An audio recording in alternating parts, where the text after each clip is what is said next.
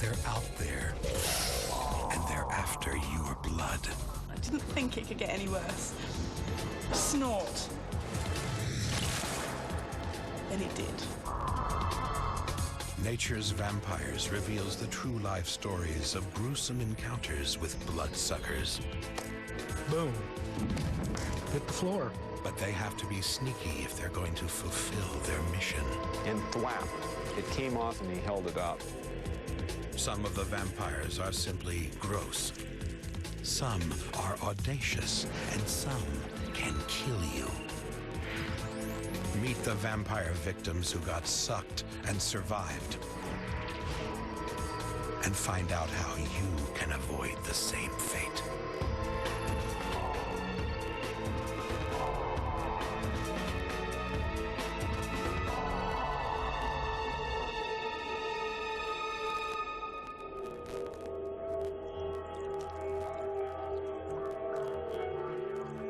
The leech can go for up to 2 years without a meal.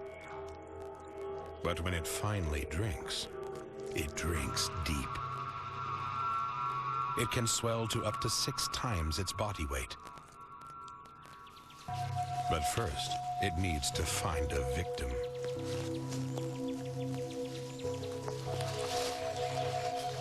Each leech has its equipment primed and ready. Caroline Campbell is a zoologist. To a leech, though, she's just a walking, talking, all-you-can-eat buffet. Well, I was in Madagascar doing a lemur research survey. We'd been planning this trip for months, but we'd forgotten one detail, and that was it was rainy season. 85% humidity. I mean, it was pouring with rain nearly every day. And so we had to contend with the leeches. Every night, Caroline would have the gruesome task of picking feeding vampires off.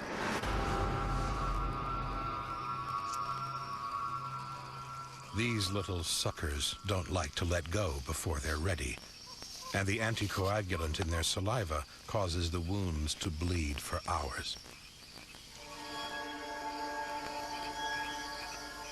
After one hard day in the jungle, Caroline went down to the river for a wash. Feeling hungry, she headed back up to join the others for some food.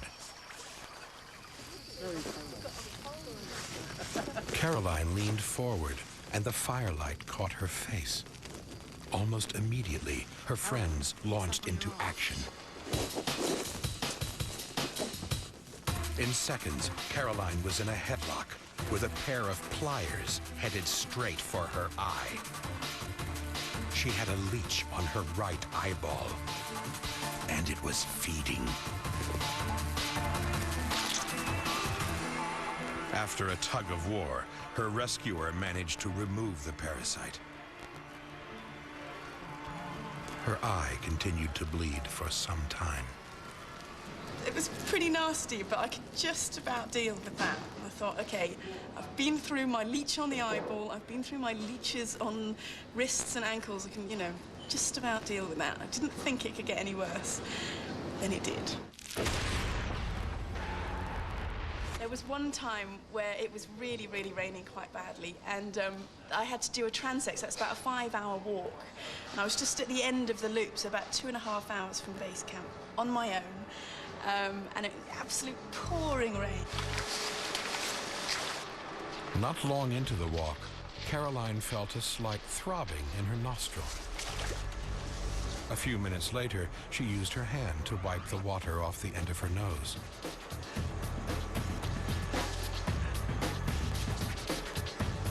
Overcome with nausea, she now knew she had a leech up her nose.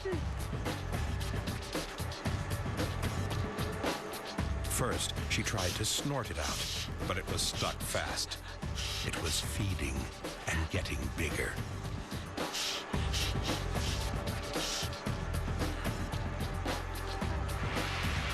She was going to have to perform self-surgery. I just stuck it up and tried to prise the thing out. So after a little bit of that and pushing it a little bit further in and then giving up, I then did one more snort.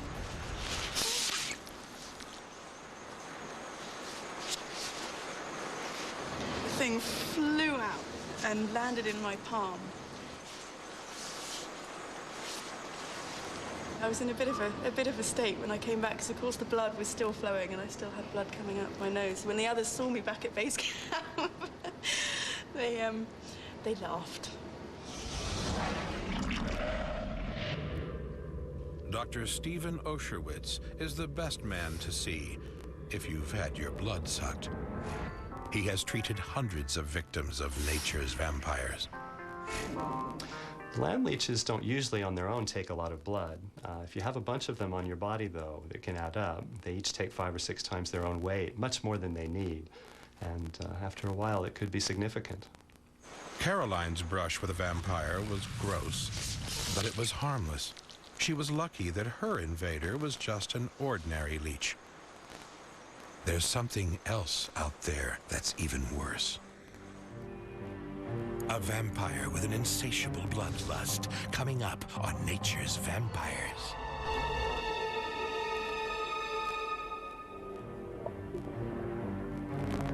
The nasal leech is the granddaddy of blood-sucking leeches.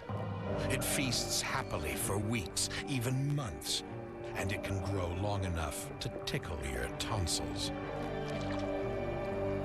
It lives its life in water and spends a lot of time just waiting for a big animal to stop by for a drink.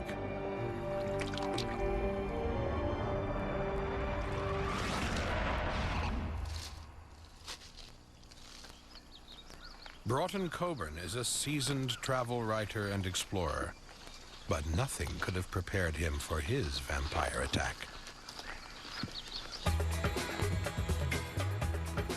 He was in the Everest region in Nepal when all his troubles began. I was reading my mail from home, and some blood dropped from my nose onto an aerogram that my parents had sent. And it startled me a bit. And then more blood dropped from my nose. And then it dropped onto my clothes. And periodically, drops of blood would fall from my nose for the rest of the day.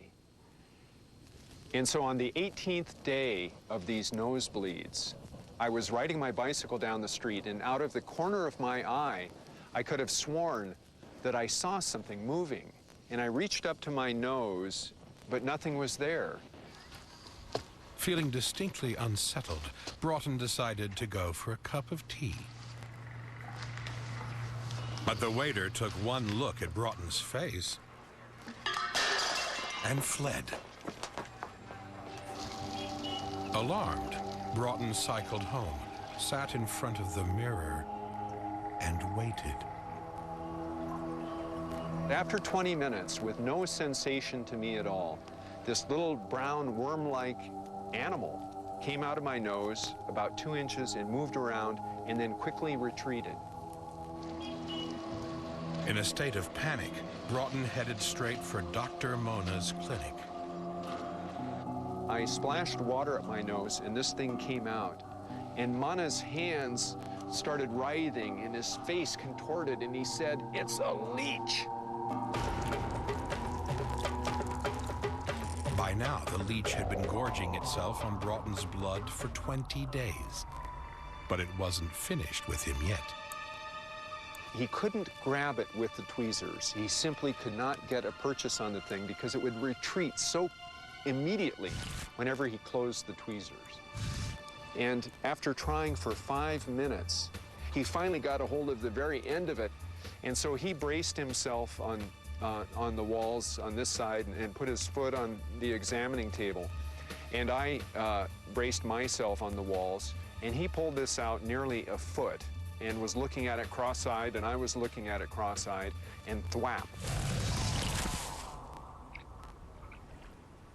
It came off, and he held it up. And it was a very unusual and rich moment as we stood there looking at each other, looking at the nose leech, and I swear the nose leech was looking back at us. These wriggling creatures can cause severe anemia and even death if not removed.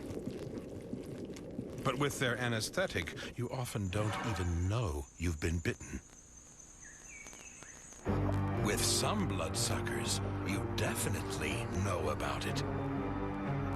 Vampires that want to suck your blood for weeks on end. Next on Nature's Vampires.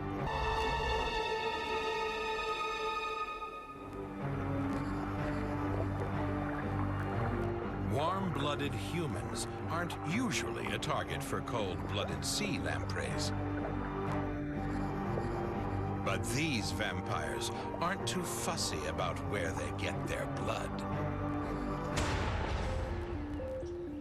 Andy Fisher was only 7 years old when he started to swim competitively. Swimming is his passion. In fact, he went on to become the national champion in his home country, Venezuela. About 4 years ago, I started to swim in open waters competitions. You never knew what the water conditions were going to be like, and what other dangers might turn up. Andy loved the mixture of challenge and adventure.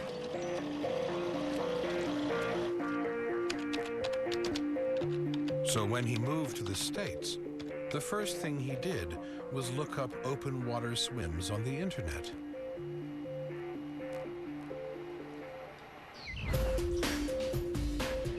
Andy found a charity swim 8 miles across Lake Champlain, from New York to Vermont.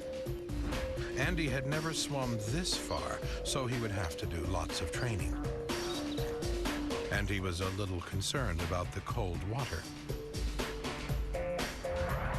What might be lurking beneath the surface of the lake never even crossed his mind.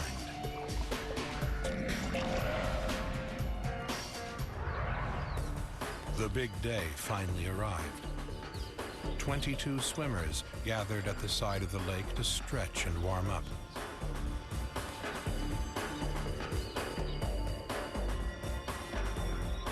Andy was concerned about the distance, but more worried about the water temperature. Only a few degrees above freezing. But he and the other swimmers were well prepared, and it was time to take the plunge.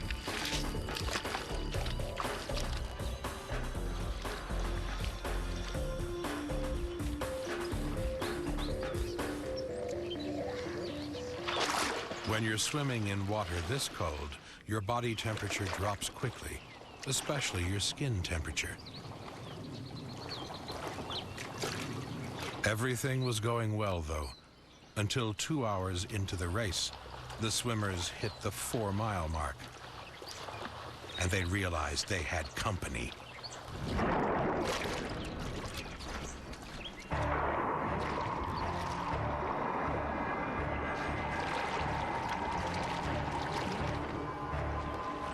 I felt something on my leg, and I turned around, and I saw this big snake this size attached to my leg. The sea lampreys were after a blood meal.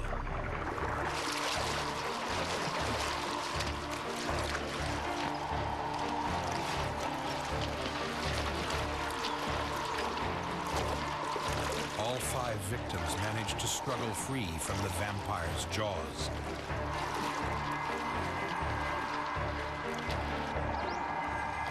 Andy and the other swimmers continued on across the lake.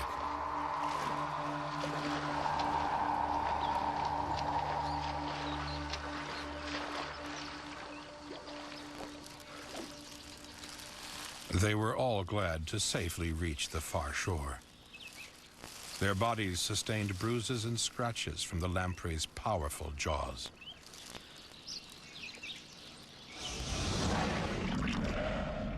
The sea lampreys were introduced by accident. They don't really belong here.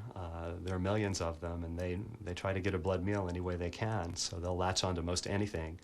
The fish that are in the lakes are their main target. That's where they get their food, but anything that's there is fair game for them to try to get blood from.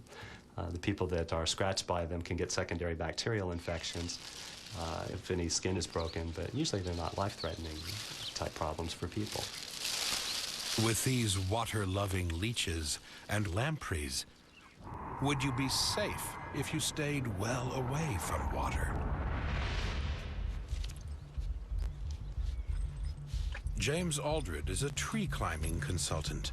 His work takes him all over the world. So he's no stranger to the dark heart of Africa, the Congo. He was working there when something extraordinary started happening to his body. After 3 or 4 days, I started noticing these tiny little pimples, really, just developing.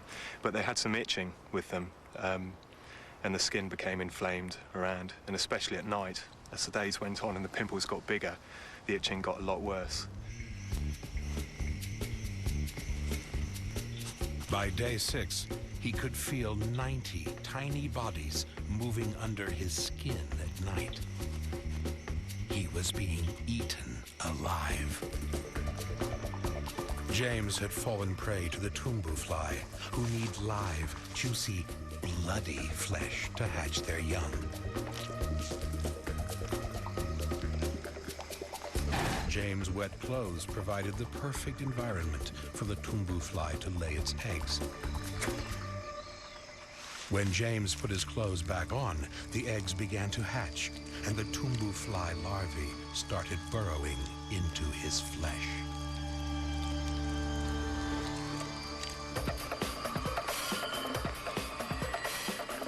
By now, James was in considerable pain, with 90 sores all over his body. Unable to continue work, he paddled downstream to the base camp.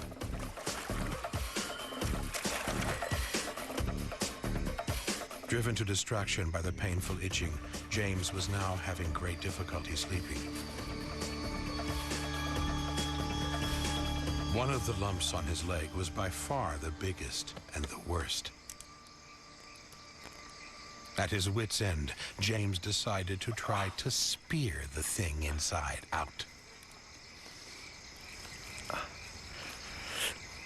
That was the beginning of the end for that one, really. It went septic, blew up, went really tender, and that was a nasty business. I just didn't know whether I was coming or going, didn't know what to do. These things were getting bigger, the itching was driving me to distraction, driving me mad. And then one day a guy just walked out of the forest.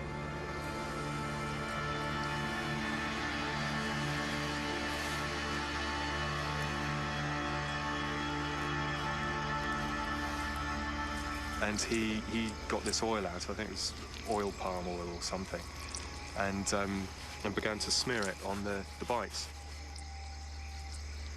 Tumbu fly larvae need an air hole to breathe. The oil blocked the holes and forced the larvae to loosen their hold and move to the surface. Then began the long and painful process of removing the parasites. It was astonishing. This little maggot came flying out. He kept squeezing that same one, and 2 more maggots came out of that first one. There had been 3 maggots. And I looked around at all the bites and I thought, my God, I've got 90 of these. If there's going to be 3 maggots coming out of each of these, this is really not going to be fun at all. But James had no choice. They had to be removed. We must have spent about 4 hours getting these things out of me. And we still didn't get all of them out, but we got out the ones that were ready to come out. And then, of course, afterwards, I was a little bit tender, but very, very happy. Very, very happy that it was all over and gone. And I kept some of the little critters as well, and pickled them in a bit of whiskey, and brought them back, souvenirs. Although James' story is gross, his parasitic invasion wasn't life-threatening.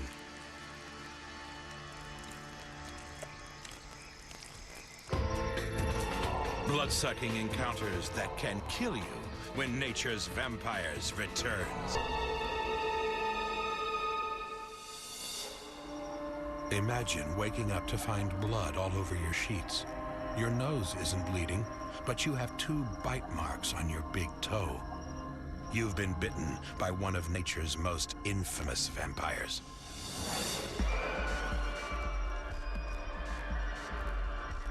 Vampire bats find their prey by echolocation, smell, and sound. Their favorite victims are animals like cattle, horses, and pigs.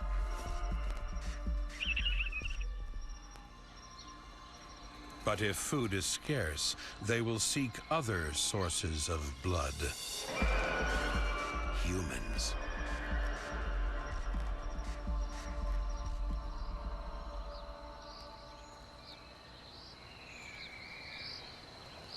The year 2000, a small village called Luvianos in Mexico. It looks serene, but it would soon become the site of one of the bloodiest vampire epidemics in history.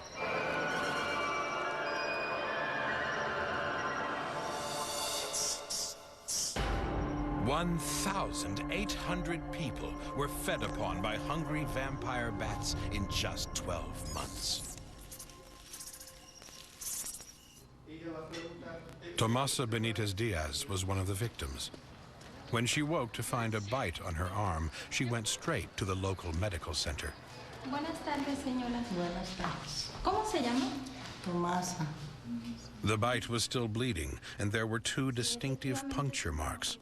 She had woken up with a headache and felt very nauseous. Pues amanecí como...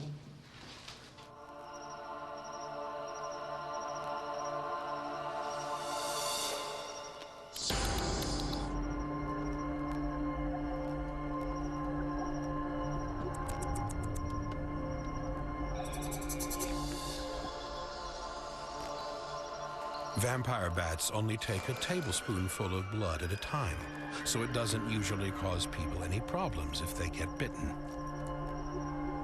But some vampire bats carry rabies. If you get bitten by a rabid vampire bat and then contract the disease, it is always fatal.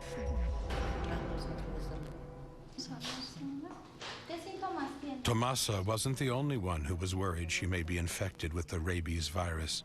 The hospital was overflowing with patients. They were lining up out the door. They had all been bitten by vampire bats. But there must be some reason for the vampire bat's bloodlust.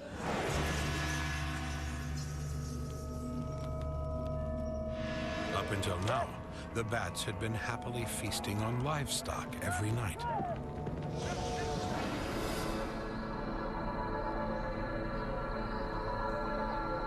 But then, something terrible happened. There was a hurricane, followed by a forest fire, and then a drought. People were forced to move their cattle to different grazing grounds. Facing starvation, the bats turned to the only remaining source of a blood meal: us. Like so many others, Tomasa could have been bitten by a rabid vampire bat, so the doctor gave her the first of 5 rabies vaccinations.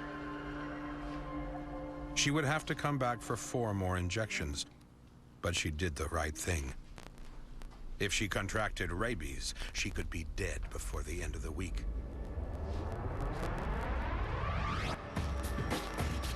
In fact, animals that feast upon humans often leave a lethal legacy in their wake. Vampires carry over 100 potentially fatal diseases. Meet a man whose vampire attack could have cost him his life. Coming up on Nature's Vampires.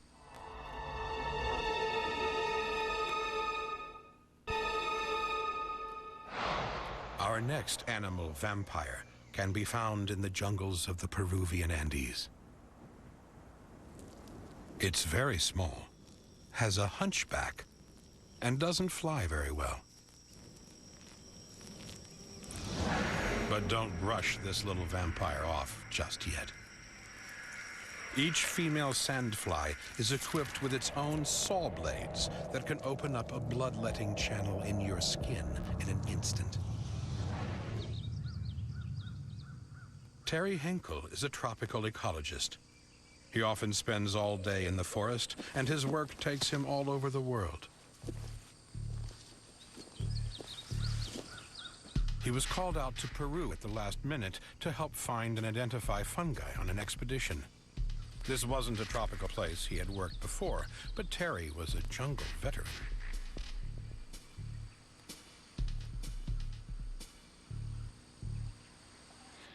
Well, when you come back from these trips, you normally have things on your skin from scratches or small sores or whatever that you learn to basically ignore, because as soon as you're back in a temperate climate, things heal up and everything's okay and you carry on. Well, that was the case coming back from Peru, but I had a small sore, something that was easy to ignore on the lower part of my left leg. But after about a month of being back in my lab, I realized that this sore wasn't going away. Terry had been bitten by sandflies, which had left behind a potentially deadly calling card. The lesion on his leg was now home to thousands of tiny parasites called protozoans. And these invaders weren't content to stay in this one localized patch of Terry's body. About 6 weeks after I got back, after I was getting suspicious of the sore itself, I noticed a developing tightness in the inner part of my left leg. And when I would feel it with my hands up and down, I noticed lumps, kind of in regular lumps coming up pretty much the length of my inner leg. In Peru, the most common form of leishmaniasis can migrate to the face and eat away the nose and mouth, eventually leaving a gaping hole. Terry knew that now he had to get medical help. Well, the doctor said, "Drop your trousers, I want to look at this lesion." The doctor waxed poetic about how this was the best lesion she'd seen in years. And she encouraged all the medical interns to take a good close look.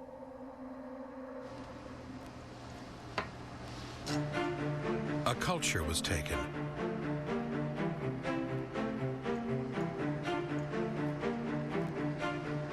When the results came back, Terry was shocked to find out that he had visceral leishmaniasis. The protozoans were heading for his internal organs on a mission to devour them. He was prescribed a series of injections of a powerful drug called antimony gluconate. The treatment made me feel absolutely miserable. Could barely get out of bed in the morning, barely walk. But I could see a definite improvement in the lesion. It was beginning to dry up. Scar tissue was forming already. It was obviously having an effect. So after 3 weeks, finally finished off with these interminable injections, and the lesion was well on its way to healing. Terry now has a permanent reminder of his brush with death. His encounter with blood-sucking sandflies hasn't deterred him from continuing his work outdoors. But now he covers up more when he's working in Peru. He may not have got off so lightly if he'd met our next nature's vampire. The tsetse fly.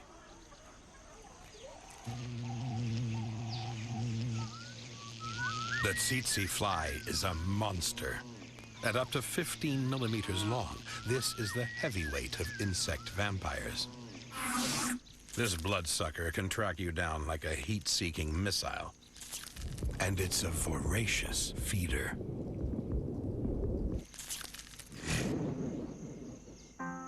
Bruce Helm from Phoenix, Arizona, was on the vacation of a lifetime.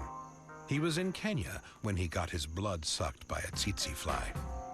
I had a spot on my chin that was starting to get about the size of a quarter. I had one on my shoulder, just below the shoulder blade, that got to be about the size of a quarter. It was red and starting to spread out.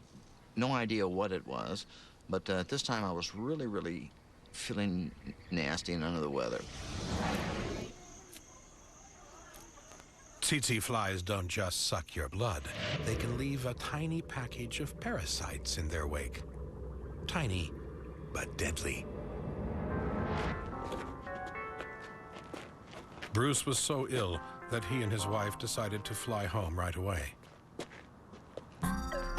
Bruce had no idea that millions of parasites were raging around his body, annihilating cells and leaving a trail of destruction behind them. I got a call from the emergency room about 3 in the morning, and they explained to me that a fellow had come in off the airplane from Africa. Bruce had skin lesions, a dangerously high temperature, and a severe headache. Mr. Helm saw me about 6 days after being bitten by the tsetse flies. He already had the lumps where the organisms were multiplying. They were already in his blood. They'd actually already reached his brain by that time, so very quick. Most of the time, the entire illness, from injection by the fly to death, might even be a month. Bruce faced a tough choice. The only available medication was so toxic that the FDA wouldn't approve it. Melarsoprol is arsenic-based and powerful enough to dissolve plastic. Is it burning? A little bit. The medicine itself can kill you. Okay, we're almost done. Okay.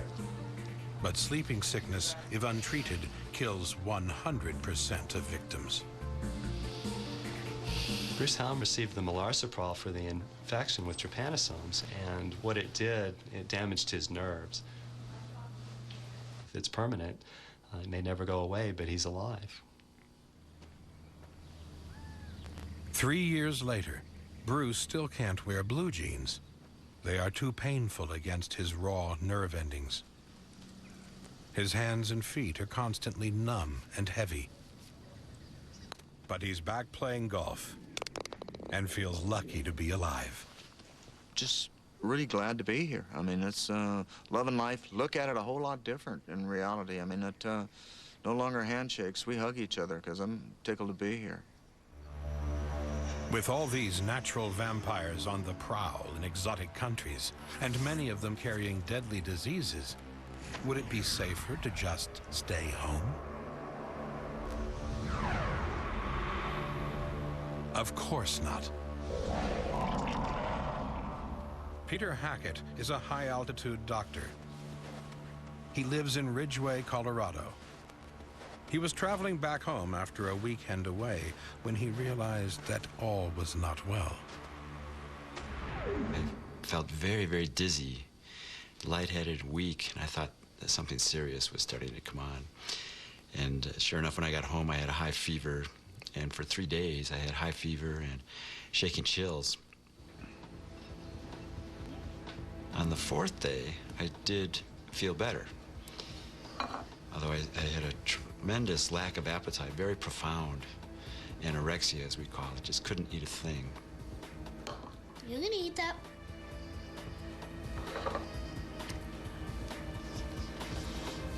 But then the next day, I definitely took a turn for the worse. Peter was in bed with a high fever and chills. He couldn't stop shaking and could barely move or speak. Dad? Dad? You okay? See what your temperature is. Oh my gosh.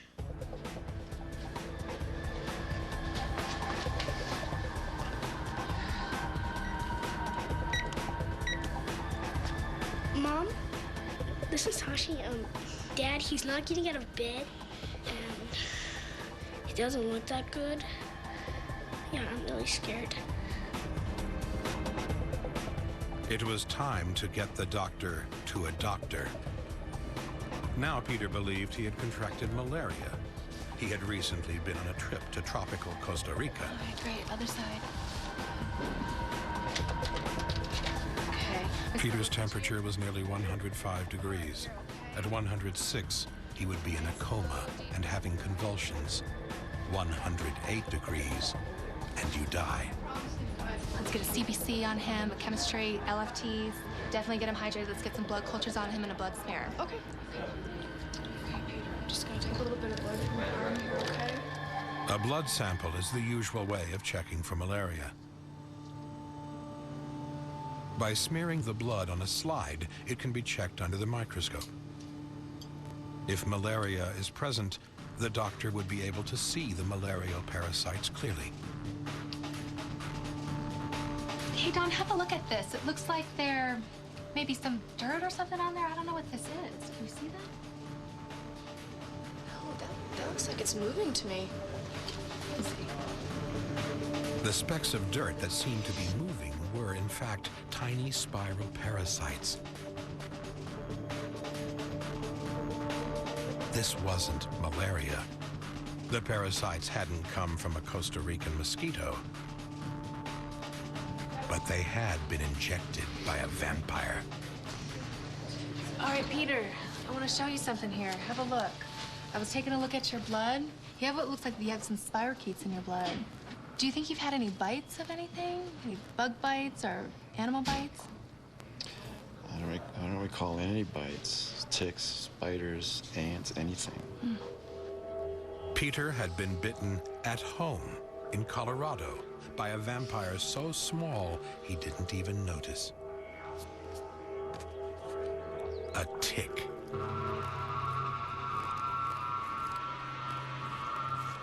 Ticks are attracted by carbon dioxide. Just by breathing, you could be calling a tick to feed on your blood.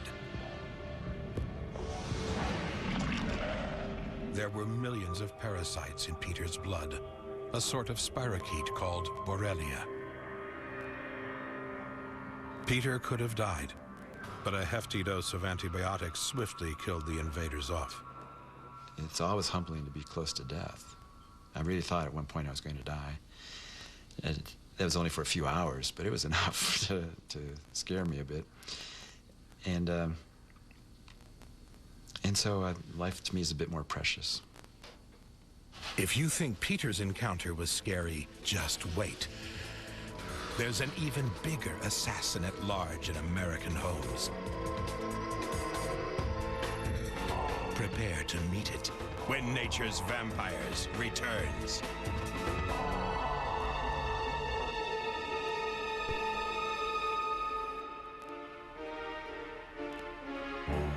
Kissing bugs are a hefty inch in size. They creep up while we are asleep, usually fixing their hungry jaws somewhere near their victim's mouth. They are stealthy enough to quaff our blood without waking us up.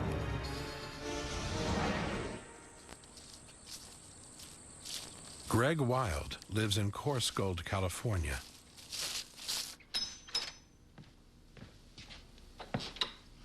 He thought his home was a safe haven from the outside world. But sometimes the outside world can get in.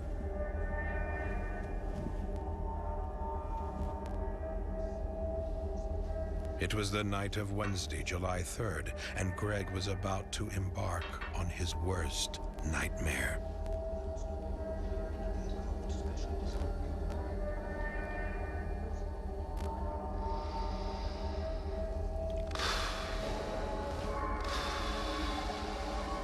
I started feeling hot, clammy. My extremities started to tingle, actually, and I started feeling short of breath. Greg thought he was having an anxiety attack, and he felt really nauseous. He got up to go outside for some fresh air.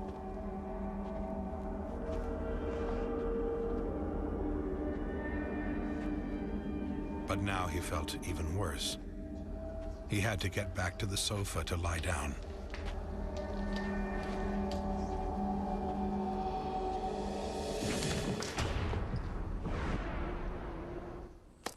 Boom, hit the floor. The next thing I knew, I was waking up. It was probably only 5 or 10 seconds later. The paramedics rushed to the scene, anxious to get Greg to the ER as quickly as possible. Greg was severely dehydrated, dizzy, hot, and having difficulty breathing. His body systems were shutting down one by one. But this sudden and terrible collapse was the result of something that had been building up in Greg's body for months.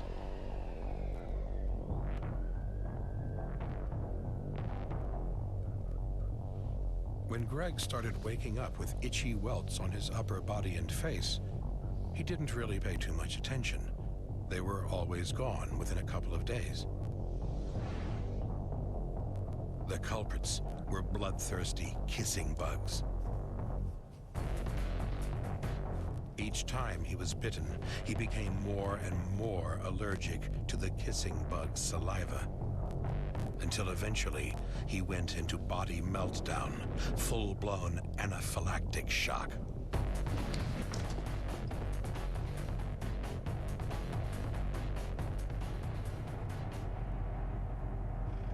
The ER treated Greg for dehydration, but they had no idea what was wrong with him.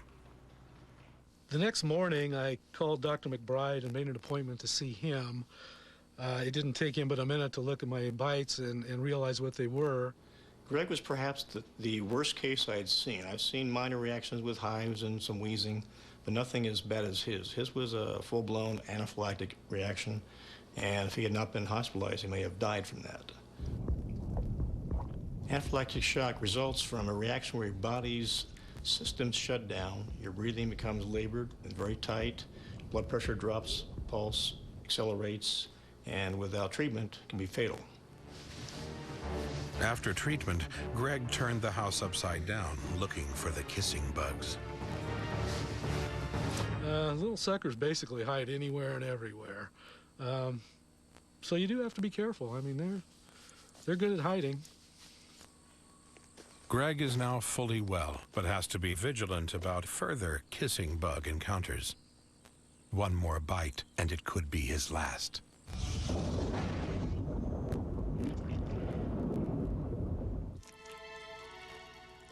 None of these creatures can survive without blood. Their bloodlust is what keeps them alive. Some are small. All are stealthy and determined. Their bites can be the kiss of death for us. So watch your step. Keep your eyes peeled and be on Dracula alert. Nature's vampires are coming to get you.